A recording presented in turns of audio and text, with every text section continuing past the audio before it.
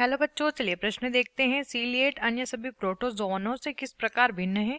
ये शिकार पकड़ने के लिए पादप का प्रयोग करते हैं। इनमें अतिरिक्त पानी निकालने के लिए संकुचनशील धानी होती है।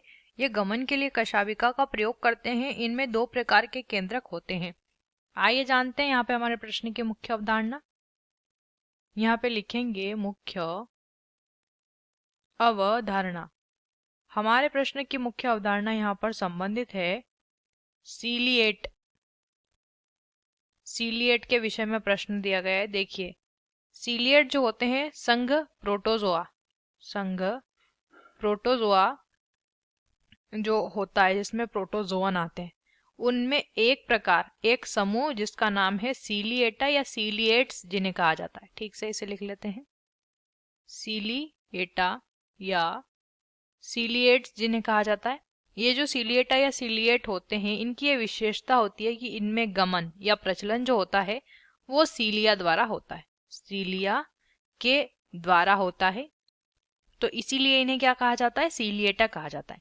और इनकी एक विशेषता ये होती है कि इनमें दो केंद्रक पाए जाते हैं। एक केंद्रक होता है जनन केंद्रक। एक केंद्रक कौन सा होता है? एक जनन केंद्रक के नाम से जाना जाता है और दूसरा केंद्रक कायिक केंद्रक के नाम से जाना जाता है।